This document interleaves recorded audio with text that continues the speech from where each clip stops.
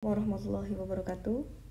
Insya Allah hari ini kita akan bahas ya bagaimana caranya membuat gambar analisis jalur dari hasil pengolahan data SPSS sehingga mampu merefleksikan analisis jalur secara keseluruhan berupa gambar.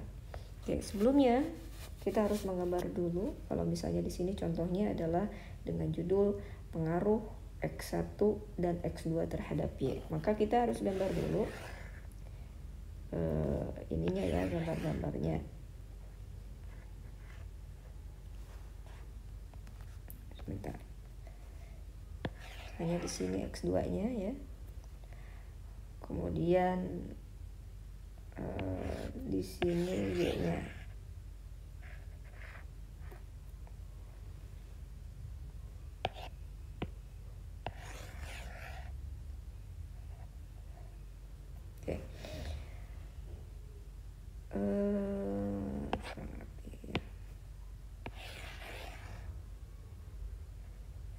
Oke, misalnya di sini ada X1, ya di sini ada X2 dan di sini ada Y. Setelah kita punya data-data dari SPSS ya, contohnya di sini kita sudah ada datanya ya dari SPSS-nya tuh ya. Kita tinggal memasukkannya saja, memasukkan identitas angkanya ke dalam gambar analisis jalur yang akan kita buat. Nah, data-data apa saja yang harus kita punya sebelum kita membuat gambar analisis jalur? Oke, ini kita kasih dulu panah-panahnya ya. Nanti ini bisa dirapikan saja oleh kalian dengan menggunakan aplikasi di Microsoft Word ya. Kalau di sini karena manual ya pakai coretan.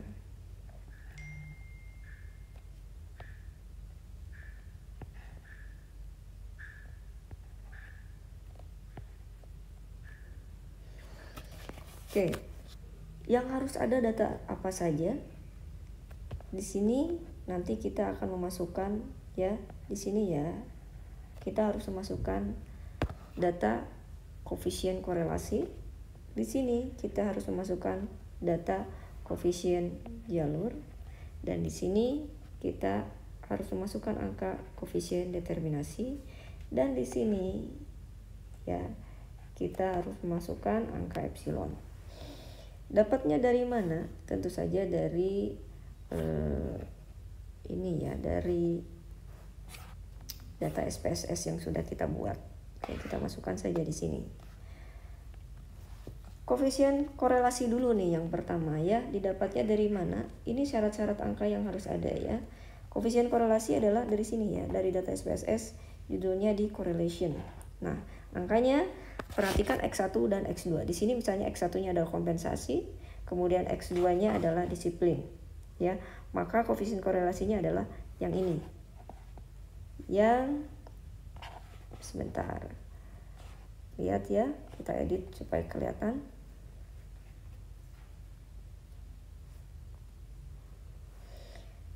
Koefisien korelasinya yang mana? Di sini X1-nya adalah kompensasi dan X2-nya adalah disiplin. Berarti koefisien korelasinya adalah ini ya, di angka 403. Jadi kita tinggal memindahkan saja ke sini. Tulis angkanya di sini adalah 0,403 ya. Bukan yang 0,684, bukan yang ini ya, karena kalau ini kompensasi terhadap kinerja. Oke, selanjutnya kita cari koefisien jalur X1 terhadap Y. X1-nya koefisien jalurnya dapatnya dari mana? Dapatnya dari hasil data olah SPSS juga ya. Dari data koefisien A ya. Di yang ini. Sebentar. Supaya terlihat ya. Dapat angka koefisien jalurnya dari mana? Dari hasil olah SPSS dengan judul koefisien A. dari data standardized coefficients beta yang ini ya. Koefisien jalur X1 terhadap Y di 0,518 dan koefisien jalur X2 terhadap Y di angka 0,411. Kita tinggal pindahkan saja di sini ya. 0,518. Di sini 0,411. Kemudian di angka koefisien determinasi Y dapatnya dari mana? Ya. Dapatnya dari, sebentar saya tunjukkan. Dari model summary ya. Model summary B ya, dari olah data SPSS. Di R square-nya nih. R square yang 0,609 nih. R square 0,609 ya, kita tulis 0,609. Lalu yang kemudian adalah kita nyari epsilon. Epsilonnya dapatnya dari mana? Epsilonnya didapat dari 1 dikurangi R square ya, atau 1 dikurangi 0,609. Ini hasilnya berapa? 0,391 ya. Ya, betul ya. Jadi ini saja tinggal dikurangi, maka ini dapat epsilonnya di 0,391. Nah, nanti persamaannya seperti apa?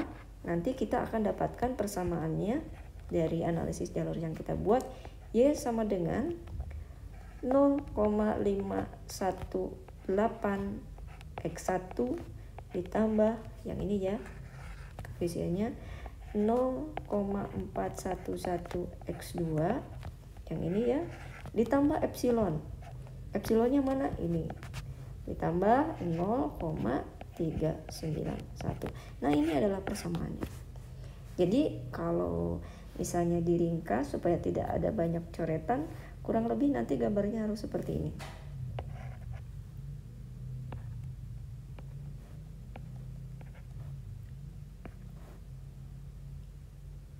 Ini coret saja.